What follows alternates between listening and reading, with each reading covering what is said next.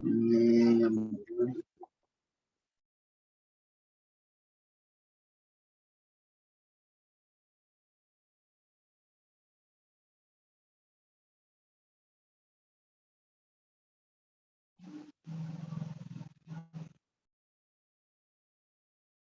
Ya, bismillah.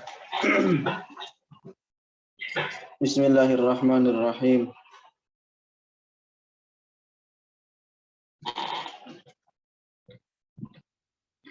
Alhamdulillahi rabbil alamin wa sallallahu wa sallam ala sayyidina Muhammadin asyrafil mursalin wa ala alihi wa sahabatihi at-tayyibin at-tahirin. Allahumma la sahla illa ma ja'altahu sahla wa anta taj'alul hazna ya hayyu ya qayyum idza syi'ta sahla. Allahumma 'allimna ma yanfa'una وانفعنا بما علمتنا وزدنا علما ونعوذ بك من حال أهل النار اللهم ارزقنا الإخلاص في النية والقول والعمل.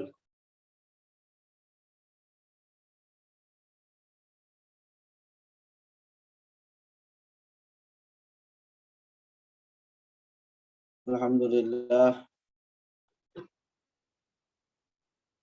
di malam hari yang berbahagia ini Allah Subhanahu wa taala masih memberikan kita berbagai macam kenikmatan, terutama nikmat iman dan Islam. Nikmat terbesar yang Allah berikan pada kita adalah nikmat, terutama untuk nikmat iman dan Islam. Salawat dan salam semoga tetap tercurah limpahkan kepada baginda Nabi besar Muhammad sallallahu alaihi wasallam.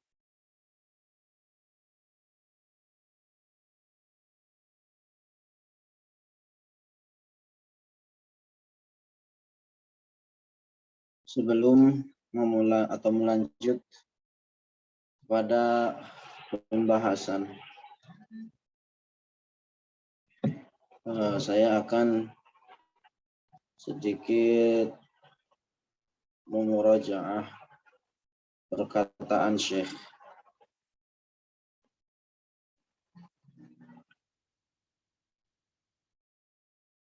Bahwasanya Syekh pernah berkata, orang yang cerdas, orang yang berakal, mereka yang tidak akan pernah ridha dengan menyesali, dengan menggadaikan kenikmatan yang abadi untuk selamanya daripada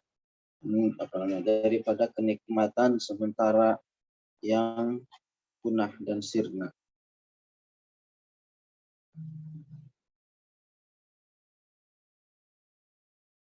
Kemudian saya juga pernah berkata bahwa orang yang berakal atau orang yang cerdas juga adalah dia yang senantiasa berusaha untuk menjalankan setiap kewajiban. Dan di antara kewajiban yang Allah perintahkan kepada kita adalah membela akidah Ahlus Sunnah wal Jamaah yang telah diwasiatkan oleh Rasulullah.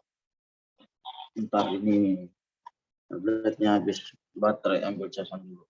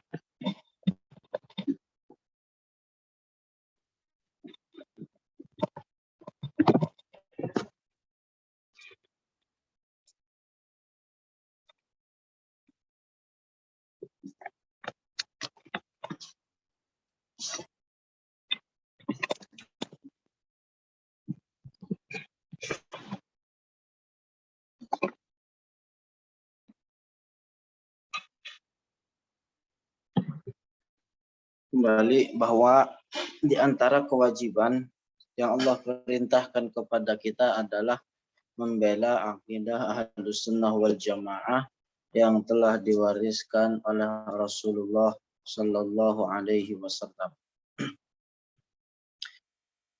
Apa makna penisbatan kita terhadap Asy'ariyah ketika tidak membela mereka dengan dalil-dalil? Terkadang kita dengan bangga menisbatkan diri terhadap Asy'ari, terhadap Al-Imam Abul Hasan Al-Asy'ari, saya Asy'ari. Artinya apa? Saya pengikut Abul Hasan Al-Asy'ari. Lantas apa makna penisbatan diri kita terhadap Al-Asy'ari ketika tidak membela mereka dengan dalil-dalil? Itu perkataan saya juga. Kemudian saya juga pernah berkata, la yajuz al-istihanatu bi khataril wahhabiyah, bahwa seseorang itu tidak boleh menganggap enteng bahayanya kelompok Wahhabiyah. Saya pernah berkata demikian, bahwa seseorang itu tidak boleh menganggap enteng dari bahaya kelompok Wahhabiyah. Kenapa? Oleh karena orang yang mengikuti dakwah kelompok ini bisa saja dia keluar dari agama Islam tanpa dia sadari, tanpa dia menyadari akan hal tersebut. Karena kelompok Wahabi itu istilah kalau bisa kasarnya mah laksana musuh dalam sendi. Apa yang mereka ucapkan itu persis seperti apa yang dikatakan oleh Ahlus Sunnah. Dalam artian mereka mengatakan bahwa seperti apa yang kita katakan. Kita katakan qala Allah Subhanahu wa ta'ala berfirman, mereka juga sama orang Wahabi mengatakan qala Allah. Tidak ada ketika kita mengatakan qala Allah kemudian mereka mengatakan qala ifrit. Nah, demikian. Tapi mereka juga sama mengatakan qala Allah. Ketika kita mengatakan qala Rasulullah, sama mereka juga mengatakan qala Rasulullah. Tapi apa yang terjadi? Yang terjadi adalah bahwa pemahaman mereka terhadap ayat, terhadap hadis itu tidak seperti apa yang dipahami oleh para ulama dari kalangan Ahlus Sunnah wal Jamaah. Nah, makanya kata Syekh tadi bahwa orang yang mengikuti dakwah kelompok Wahabiyah itu bisa saja dia keluar dari agama Islam tanpa dia sadari. Insyaallah ini pemahaman-pemahaman seperti ini atau majelis yang seperti ini sudah dibahas di dalam pertemuan-pertemuan lain.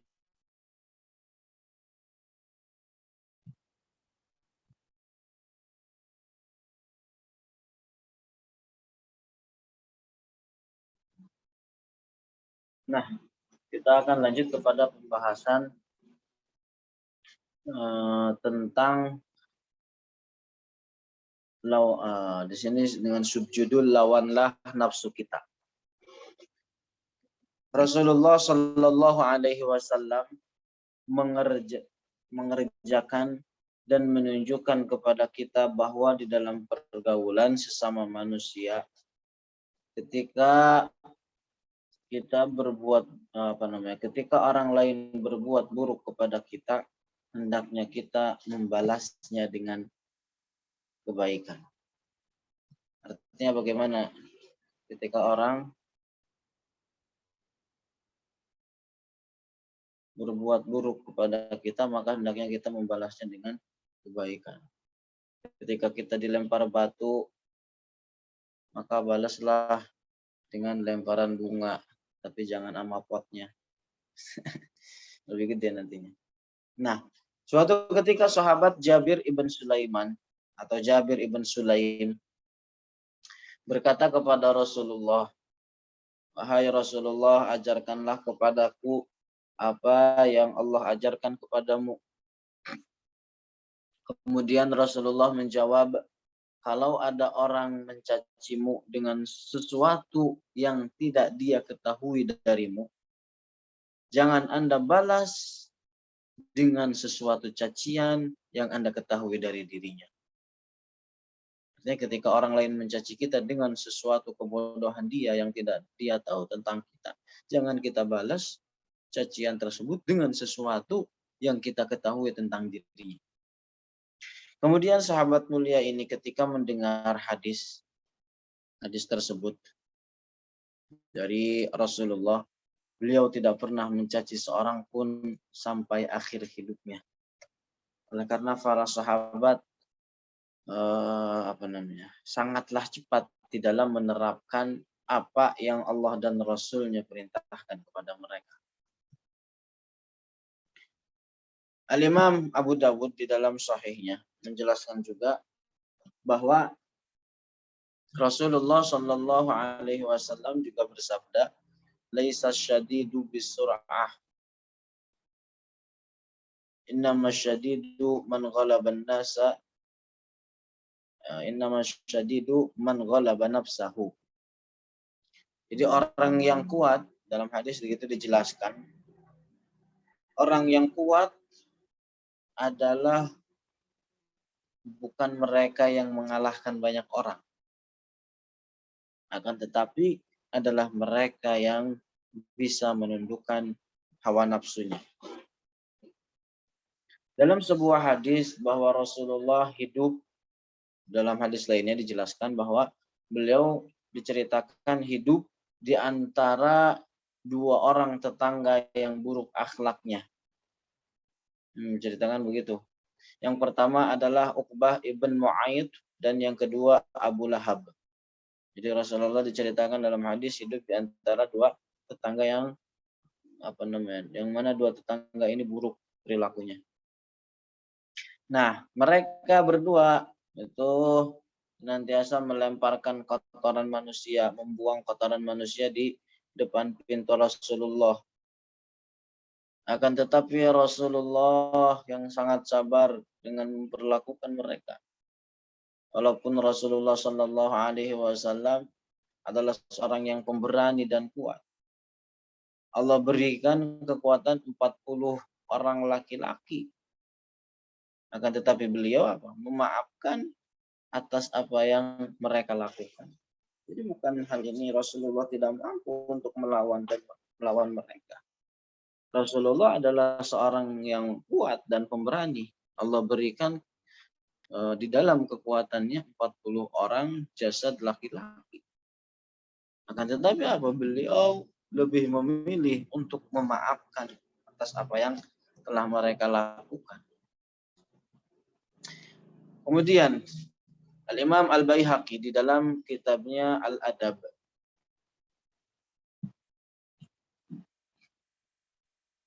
bahwa Rasulullah Shallallahu Alaihi Wasallam juga berkata atau bersabda kepada sahabat Uqbah ibn Amir ketika ditanya tentang jalan keselamatan.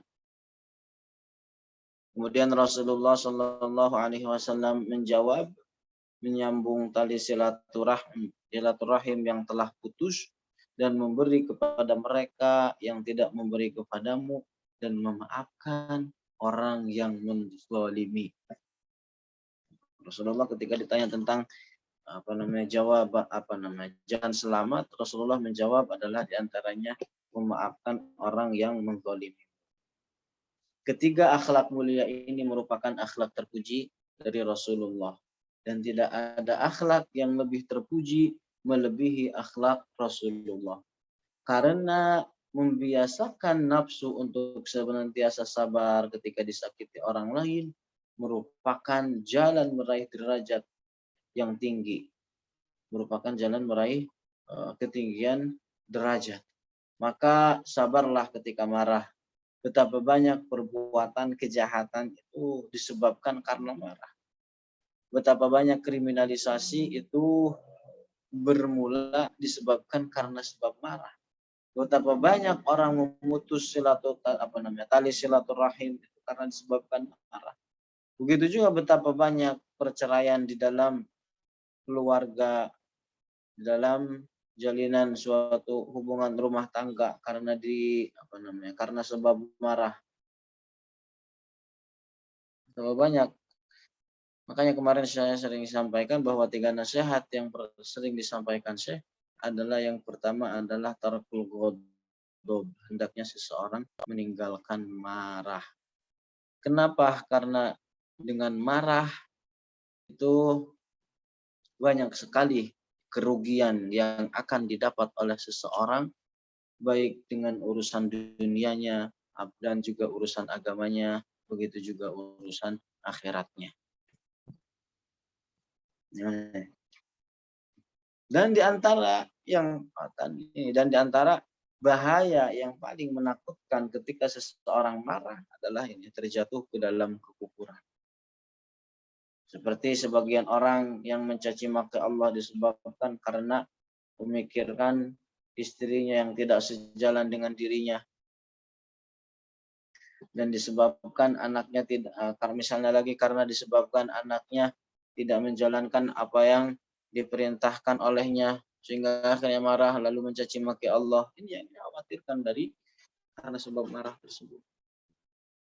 Maka ketika datang permasalahan di dalam kehidupan sehari-hari kita, baik itu di rumah, di dalam pekerjaan, di jalanan, di tempat-tempat lainnya, hindari sebisa mungkin sifat marah.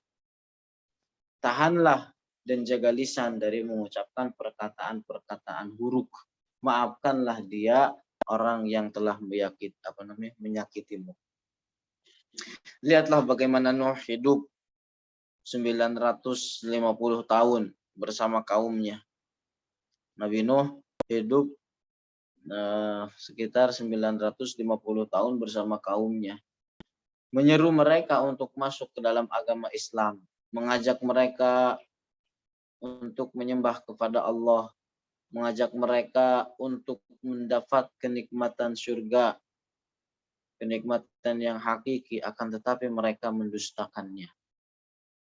Bahkan tidak cukup di situ. Bahkan mereka juga memukuli Nabi Nuh sampai beliau terpingsan. Tapi meskipun demikian, Nabi Nuh tidak pernah berhenti dari menyeru kaumnya untuk mengajak mereka masuk ke dalam agama Islam. Beliau membalas keburukan yang dikerjakan kaumnya dengan begitu kebaikan yang mulia. Dan beginilah kepribadian setiap hamba Allah, setiap para nabi. Ini kepribadian dari setiap Rasulullah dan para nabi. Menyeru kaumnya untuk beribadah kepada Allah, menyelamatkan mereka dari kekufuran dan siksa api neraka yang kekal di akhirat. Tetapi orang-orang kafir membalasnya dengan cacian. Meski demikian, para nabi pun tetap sabar dan senantiasa berbuat baik kepada mereka. Ini artinya membalas suatu keburukan dengan kebaikan yang begitu mulia, kebaikan yang begitu dahsyatnya, luar biasa. Maka orang yang menginginkan derajat yang tinggi hendaknya mengikuti jalan para nabi dan tidak mengikuti hawa nafsunya. Memaafkan dan tidak membalas satu keburukan dengan keburukan lainnya, akan tetapi membalasnya dengan kebaikan, maka dia telah jadi orang yang membalas suatu keburukan dengan kebaikan, maka dengan demikian dia telah menyempuh jalan para nabi yang telah tadi kita jelaskan. Al-Imam Ahmad Ar-Rifai, beliau seorang yang rendah hati.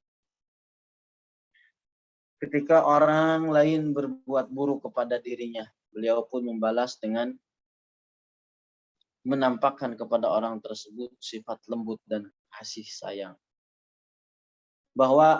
Dan juga memaafkan. Bahwa suatu ketika beliau berjumpa dengan seorang Yahudi. Sebelumnya orang Yahudi tersebut mendengar bahwa Imam Ahmad Ar-Rifai adalah sosok yang penuh dengan kerendahan hati. sehingga dia hendak menguji kerendahan hati dari imam yang mulia ini. Yahudi tersebut bertanya, "Wahai Sayyid, manakah yang lebih mulia, anjing itu ataukah dirimu?" Kemudian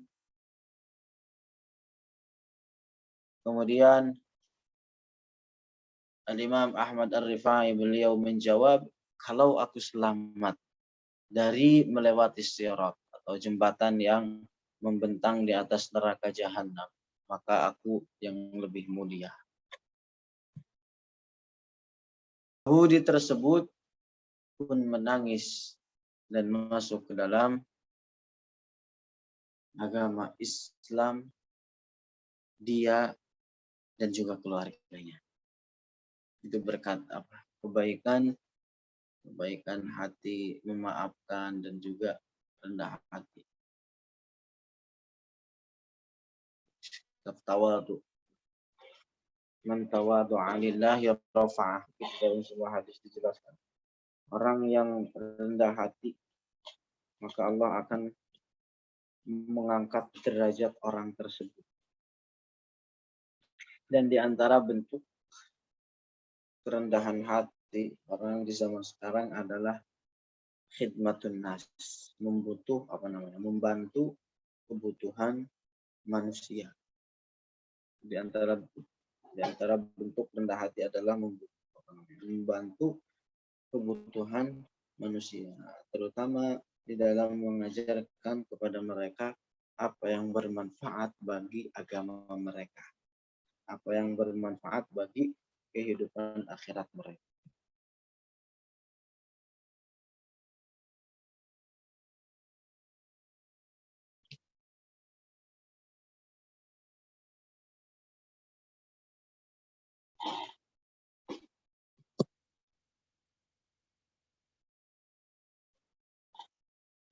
Terus, pandailah bergaul. Di antara faedah yang hendak kita tuliskan, yang hendak kita sebutkan bagi seorang istri adalah bergaulah terhadap suamimu dengan baik dan penuh kasih sayang. Senantiasa perhatikan apa yang menjadi hak suamimu. Seorang ulama yang alim dan agung memberikan nasihat terhadap murid perempuannya yang sudah menikah tentang bagaimana cara berbicara dan bergaul dengan seorang suami. Jadi seorang alim menasihati muridnya yang perempuan, yang menasihati yang murid perempuannya yang sudah menikah.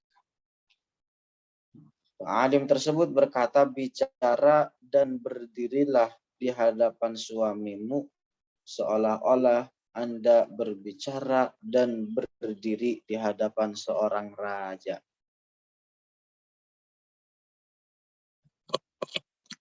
Nah, maka di antara hak seorang suami atas istrinya, maka hendaknya seorang istri jangan pernah mengingkari dan melupakan kebaikan suami atas dirinya. Karena ini di antara perilaku yang sangat penting untuk diperhatikan demi kelangsungan hubungan suatu rumah tangga. Dan sangat sedikit perempuan yang memperhatikannya. Karena kebanyakan perempuan, terlebih lagi di zaman sekarang, banyak sekali mereka yang mengingkari, bahkan merendahkan kebaikan suaminya. Maka dari situlah bahwa kebanyakan perempuan berada di dalam neraka.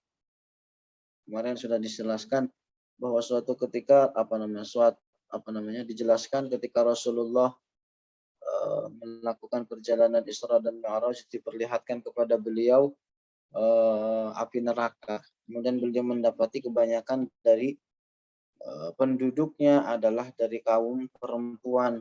Didapati kebanyakan dari penduduk neraka adalah kaum wanita. Nah, diriwayatkan dalam sebuah hadis bahwa Rasulullah diperlihatkan kepadanya penduduk neraka dan beliau mendapati kebanyakan penduduk neraka adalah kaum perempuan. Kemudian Rasulullah ditanya sebagian para sahabat perempuan tentang sebabnya. Kenapa kok kebanyakan dari penduduk neraka adalah dari kaum perempuan? Kemudian Rasulullah pun menjawab, li'anna kunna tuksirna li'ana wa takfurna al-ashir. Itu jawabannya. Karena kalian, artinya para istri, para perempuan, banyak melaknat dan mengingkari kebaikan suami. Artinya disebabkan karena kebanyakan seseorang istri atau kebanyakan seorang istri itu melontarkan kata laknat baik terhadap anaknya ataupun terhadap suaminya.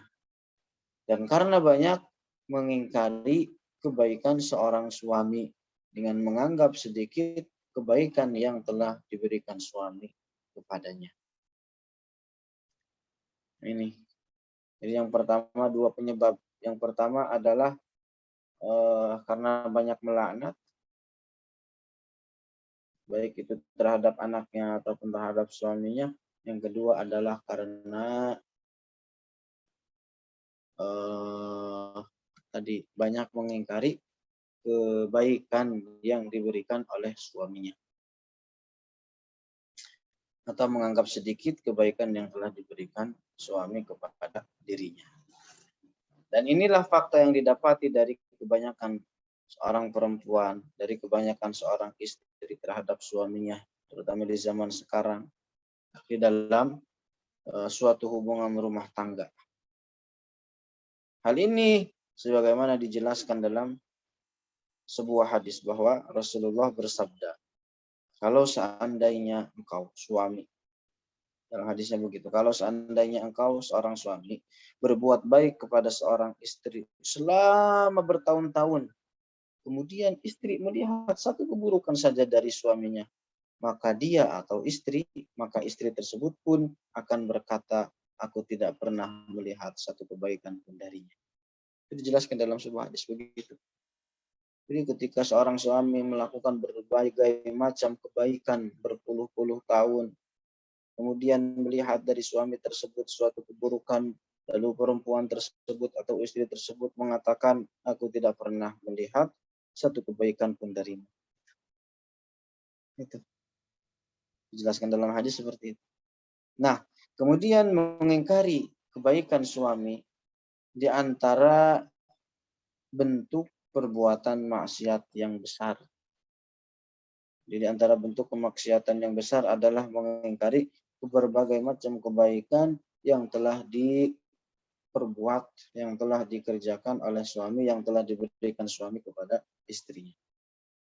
Seperti seorang istri yang berkata kepada suaminya yang telah banyak melakukan kebaikan atas dirinya, aku tidak pernah melihat satu kebaikan pun darimu. Itu termasuk diantaranya. Bukankah itu merupakan suatu ucapan yang dapat menyakiti suami? Nah, kemudian kata yang dilontarkan seorang istri ketika mengingkari kebaikan seorang suami itu kebanyakan disebabkan karena kembali tadi, karena marah.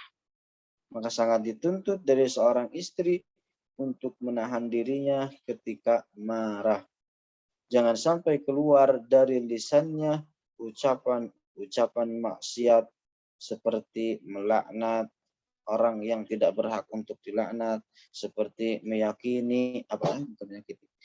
menyakiti seorang suami dengan mengingkari kebaikan yang diberikan olehnya terhadap dirinya. Semarah apapun dirinya, semarah apapun seorang istri, seburuk apapun keadaan kalian ketika bertengkar, itu jangan pernah mengingkari kebaikan seorang suami yang sudah diberikan terhadap istrinya. Cukup meminta dari suami apa yang menjadi hak dirinya. Tapi kalau tidak ada hak atas dirimu, atas diri seorang perempuan, maka lebih baik diam. Artinya apa?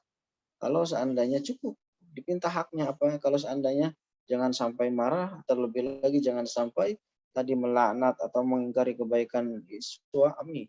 Cukup kalau seandainya di situ ada hak yang tidak tertunaikan, minta di situ. Tapi kalau tidak ada hak atas dirinya, atas diri istri, maka lebih baik diam. Oleh karena di akhirat kelak akan ada hisab atas setiap perkataan yang diucapkan dan setiap perbuatan yang dikerjakan. Kelak di akhirat demikian, akan ada hisab atas setiap perkataan yang diucapkan dan juga setiap perbuatan yang telah dikerjakan seseorang. Maka kelak di hari akhir akan terbongkar setiap perkataan yang disembunyikan seseorang ketika di dunia. Bahwa Islam menekankan tentang hak seorang suami atas istrinya. Karena sesungguhnya Islam itu berlaku adil bagi suami dan juga istri. Nah, adapun maksud dan tujuan dari penyebutan ini adalah sebagai bentuk peringatan bagi kaum perempuan, bagi para istri, bagi calon istriku dari mengerjakan perbuatan buruk ini. Sehingga bisa menghindari dan tidak terjatuh ke dalamnya. Tidak boleh dipahami dari pembahasan ini bahwa seorang istri tidak memiliki hak atas suaminya, sehingga seorang istri tidak memiliki nilai-nilai. Akan tetapi Rasulullah menjelaskan di dalam hadis ini bahwa kebanyakan perempuan atau kebanyakan istri keadaannya seperti digambarkan di dalam hadis tadi. Maka tidak diperbolehkan merubah dari maksud dan tujuan yang dari tujuan hadis tersebut. Maka dari sini yang dituntut secara syariat adalah mengerjakan maka dari sini yang dituntut secara syariat adalah bagaimana mengajarkan terhadap seorang anak baik laki-laki atau perempuan semenjak dini ketika dia beranjak tamyiz perkara agama yang pasti dibutuhkan ketika dia beranjak balik. Jadi diajarkan itu semenjak tamyiz sesuatu yang pasti dia butuhkan ketika dia beranjak tamyiz, beranjak balik nanti. Baik yang berkaitan dengan permasalahan hukum-hukum atau perkara yang berkaitan dengan akidah. Juga dengan mendidiknya dengan pendidikan Islami, dengan akhlak dan budi pekerti yang baik. Sehingga menjadi seorang ibu yang salehah, mengetahui apa yang menjadi hak suaminya serta menunaikannya. Mengetahui kebaikan suami kepada dirinya, dengan beginilah akan menjadi perempuan yang Allah ridhai dan mendapatkan surga. Artinya begitu.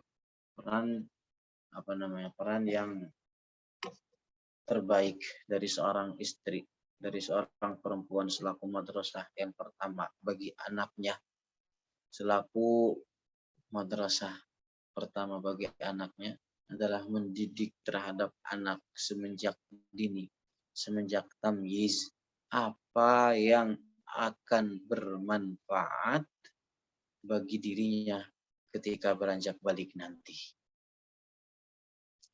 Yang mengajarkan terhadap anak-anak tersebut cara yang akan bermanfaat bagi dirinya, bagi anak tersebut ketika beranjak balik nanti, baik itu dalam hukum-hukum ataupun dalam segi keyakinan.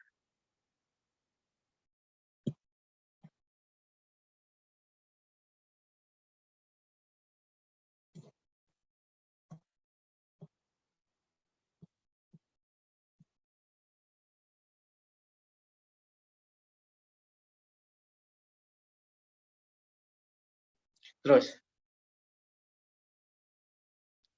lemah lembut terhadap istri.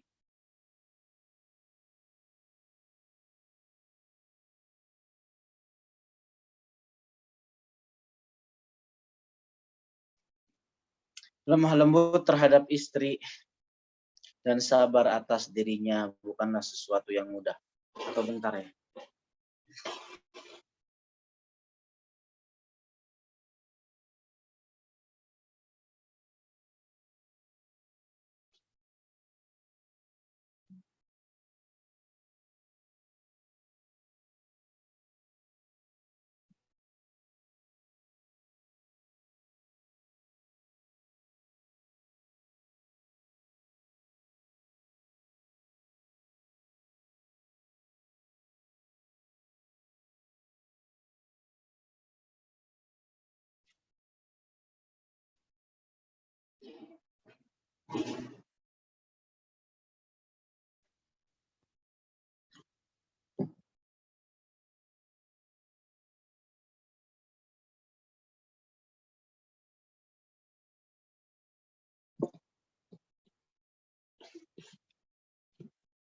Lemah lembut terhadap istri dan sabar terhadap dirinya bukanlah sesuatu yang mudah.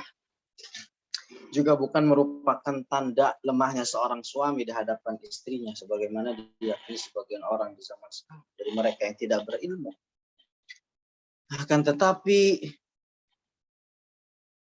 sifat lemah lembut dan sabar adalah merupakan sifat para pemuka dari umat ini. Allah menciptakan sifat lemah lembut pada sebagian hamba-Nya dan memujinya dengan sifat tersebut. Sebagaimana Allah menciptakan sifat as-safah, artinya mereka yang berbuat tanpa mengandung unsur hikmah di dalam apa yang dia perbuatnya itu dan mencela perbuatan tersebut. Artinya Allah mencela perbuatan sifat safah tersebut. Maka orang yang lemah lembut Allah khususkan dengan sifat itu agar dapat bersabar terhadap orang yang safih tadi. Karena kalau tidak demikian, apa faedah dari menciptakan sifat lemah lembut? Karena orang yang tidak bisa bersabar terhadap orang yang safih, maka dia seorang yang safih seperti dirinya. Diceritakan ada seorang yang ditinggal temannya di dalam safar. Di dalam safar itu ya perjalanan jauh.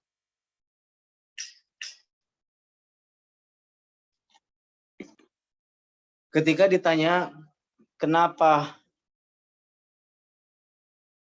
dia pun menjawab bahwa temanku seorang yang buruk akhlaknya. Tapi meskipun demikian, aku tetap bersabar kepadanya. Maka jawaban atas apa yang dia katakan, kalau seandainya Anda orang yang berakhlak baik, maka tidak akan mengetahui buruknya akhlak dari temanmu. Jadi, kalau seandainya Anda seorang yang berakhlak baik, maka tidak akan pernah mengetahui buruknya akhlak dari temanmu. Maka orang yang mengetahui buruknya akhlak dari seorang teman, maka dia bukan termasuk orang yang halim, artinya bukan termasuk orang yang lemah lembut di dalam berperilaku. Subhanallah.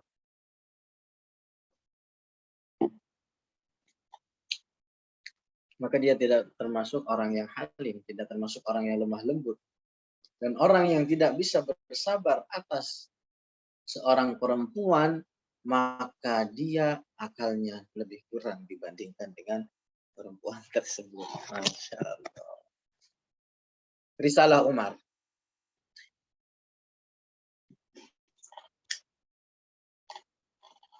Judulnya Risalah Sayyidina Umar. Dari Abdullah ibn Umar. Jadi siapa ini Abdullah ibn Umar? Ya anaknya Umar. Radhiyallahu anhuma. Bahwa Sayyidina Umar ketika putrinya Hafsah menjanda. Jadi Sayyidina Umar memiliki anak namanya Hafsah. Kemudian Hafsah ini ditinggal suaminya. Lalu menjandalah Hafsah tersebut. Ia berkata, aku bertemu dengan Utsman. Sayyidina Utsman lalu menawarkan Hafsah untuk menikah dengannya. Aku berkata, jika Anda mau, aku akan menikahkanmu dengan Hafsah binti Umar.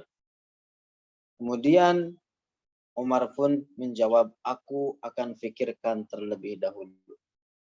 Beberapa malam pun telah berlalu. Kemudian Sayyidina Utsman menemuinya kembali lalu berkata,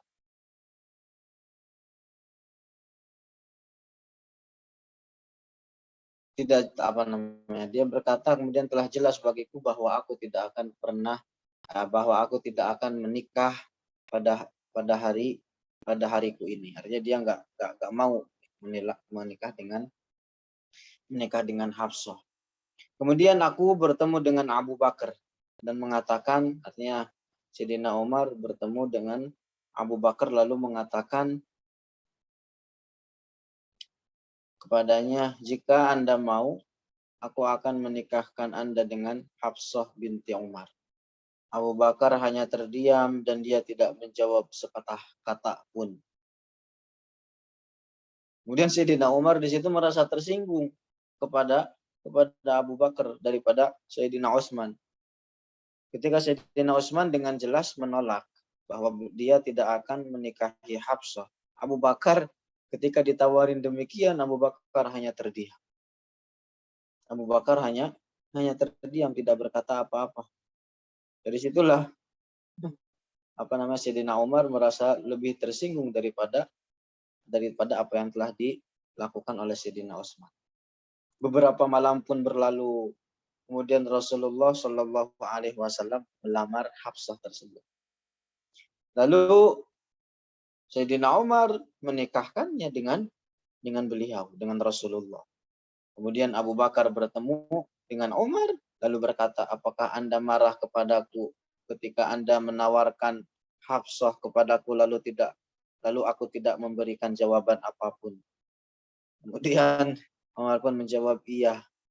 Kemudian Abu Bakar berkata, sungguh tidak ada yang mencegahku untuk memberikan jawaban atas tawaranmu kepadaku, melainkan karena aku telah mengetahui bahwa Rasulullah Shallallahu Alaihi Wasallam pernah menyebut Hafsah dan aku tidak ingin menyebarkan rahasia Rasulullah tersebut. Ya salam. Ya.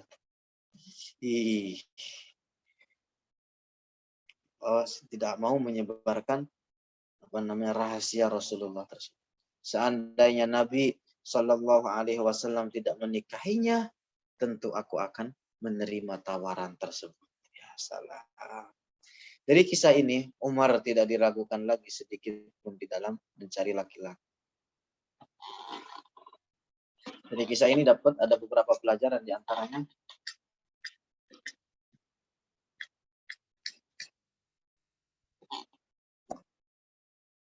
bahwa Umar tidak diragukan sedikit pun di dalam mencari laki-laki terbaik untuk dinikahkan dengan putrinya. Begitu yang dituntut dari seorang orang tua. Berusaha untuk mencari laki-laki terbaik untuk dinikahkan putrinya. Jadi disodorkan begitu.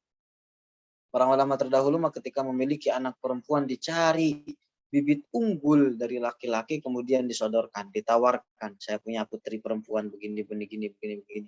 Disodorkan. Hal ini menunjukkan kecerdasan dan kebijaksanaan beliau.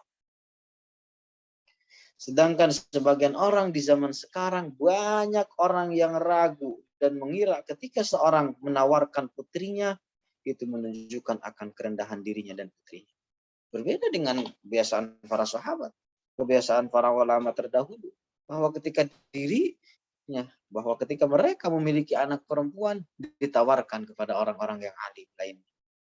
Ditawarkan kepada mereka laki-laki yang yang alim dan memiliki bibit unggul. Jadi tidak malu, tidak pernah hal ini memandang suatu kerendahan. Beda dengan orang di zaman sekarang ketika orang tua menawarkan anak perempuannya, ditawar-tawarkan, mereka menganggap dirinya rendah, mereka menganggap anak perempuannya rendah. Berbeda pola pikir, mindset orang di zaman sekarang dengan mindset para sahabat dan ulama-ulama kita terdahulu. Betapa banyak orang yang menawarkan putrinya kepada putra sahabat dan tetangganya terdahulu. Dalam keadaan terdahulu betapa banyak orang yang menawarkan putri seseorang kepada putra sahabat dan tetangganya. Betapa banyak seorang kiai atau seorang syekh yang menawarkan putri kepada murid pilihannya. Betapa banyak seorang ibu yang menawarkan putrinya kepada tetangga atau sahabatnya. Maka hendaknya seorang ayah dan ibu bersegera di dalam mencarikan pasangan putrinya sebelum dia terus bertambah usianya atau datang kepada seseorang yang tidak diridhoi oleh keduanya. Tuh, kalau udah ada anak perempuan silahkan ditawarkan. Ada yang punya anak perempuan? Nah, di situ. Sekarang terakhir penutup dari hati yang paling dalam. Terakhir kita tutup tulisan ini dengan perkataan makhluk paling mulia Rasulullah Shallallahu Alaihi Wasallam yang menjelaskan tentang bagaimana cara bergaul dengan istri. Karena perempuan yang solihah adalah dia yang menjalankan apa yang menjadi hak Allah dan apa yang menjadi hak suaminya.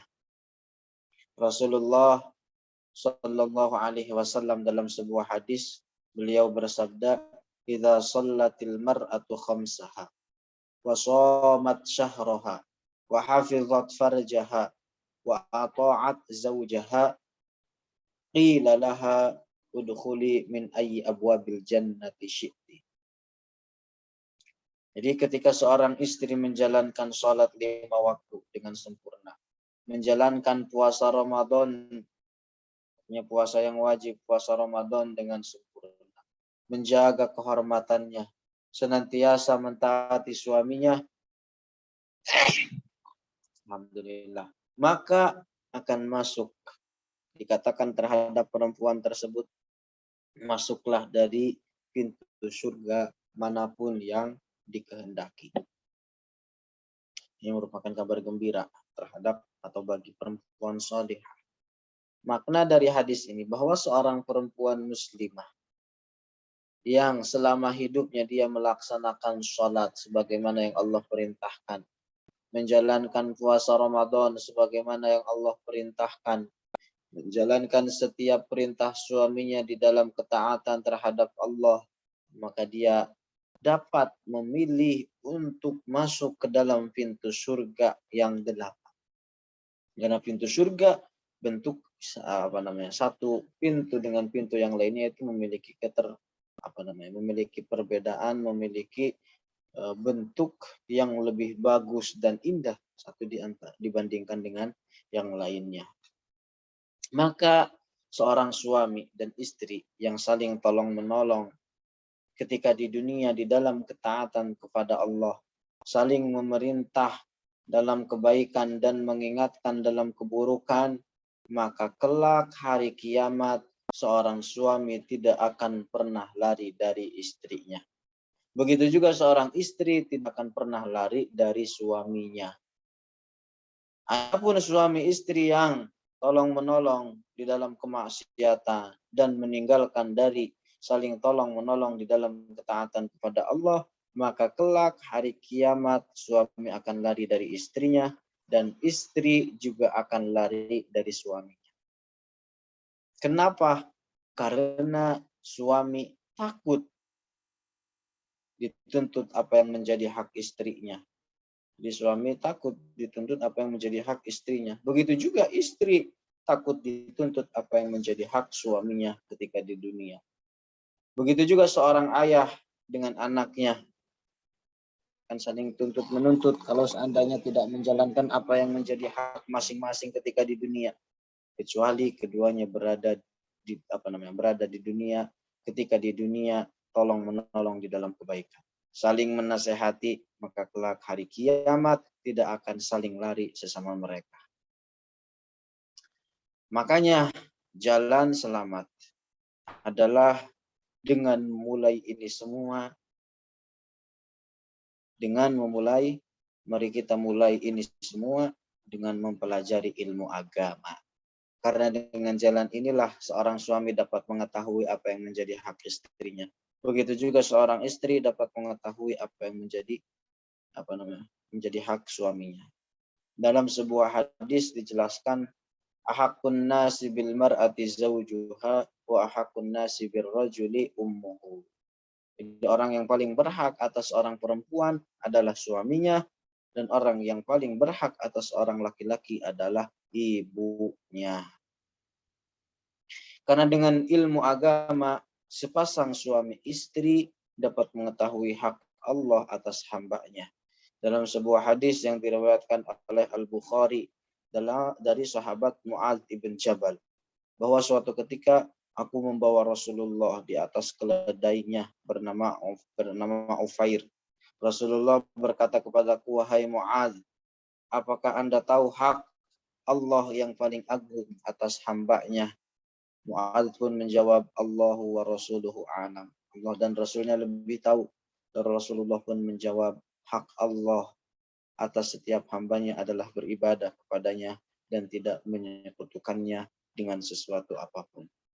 Maka kewajiban seorang hamba yang paling agung bagi hambanya adalah beriman kepada Allah dengan meyakini bahwa Allah Maha Ada tanpa sedikit pun keraguan tentang keberadaannya. Ada tanpa menyerupai segala sesuatu dari makhluknya, tanpa disifati dengan sifat-sifat makhluknya, dan ada tanpa tempat. Begitu juga beriman kepada Rasulullah dengan meyakini bahwa setiap apa yang Rasulullah kabarkan adalah sesuatu yang benar adanya.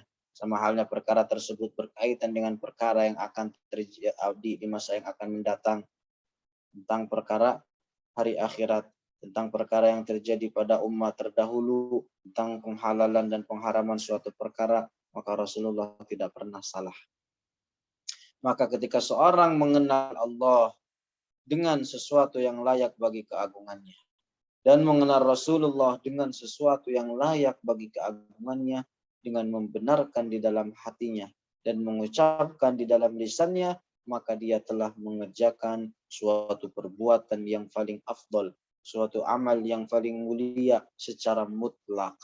Dengan demikian dia terjamin selamat dari kekal di dalam api neraka dan meraih cinta selamanya di dunia dan di akhirat.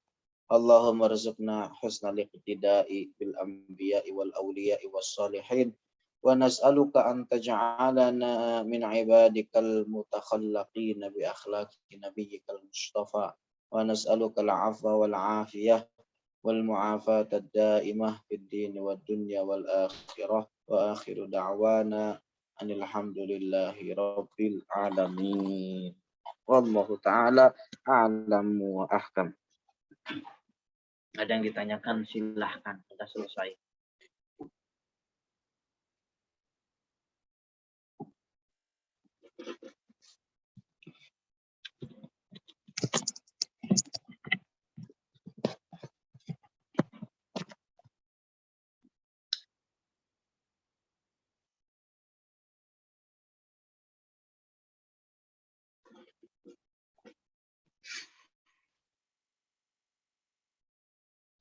Tidak ada.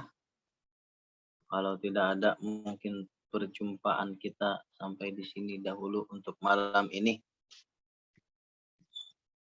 Mang Nano, hadir Mang Nano?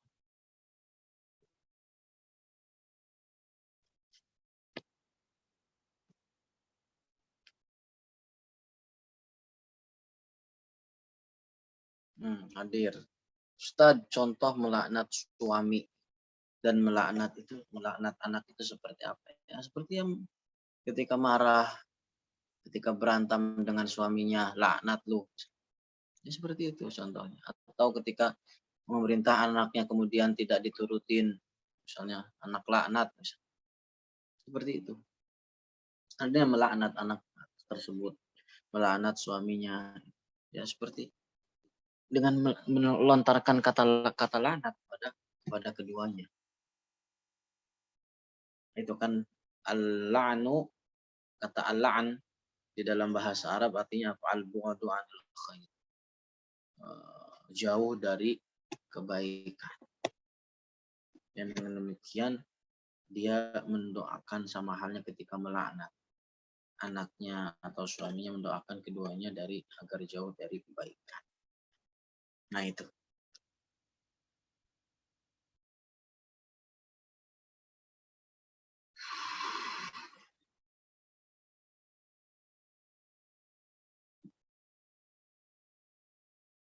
Udah sampai di sini. Allah Subhanahu wa ta'ala a'lam wa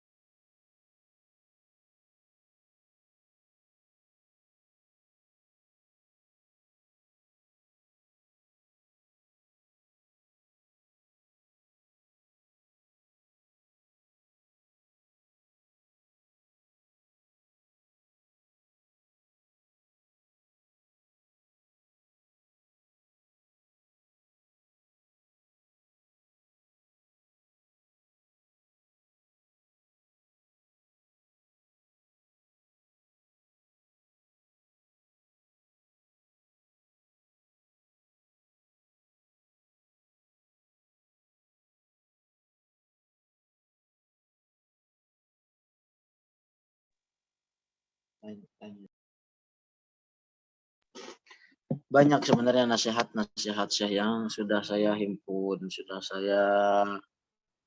saya tulis. Di antaranya, hindarilah dari berteman dengan yang buruk perangainya, dari berteman dengan orang yang buruk perangainya. Karena hakikat seseorang itu dilihat dari perangai temannya. Maka lihatlah siapa yang dijadikan teman. Karena teman yang buruk, perangainya itu seperti suatu bayangan. Suatu bayangan, ketika kita berjalan di bawah matahari, maka bayangan tersebut akan mengikut kemana kita pergi. Tapi ketika kita berjalan di tempat yang teduh, maka bayangan tersebut akan menghilang. Ya kan?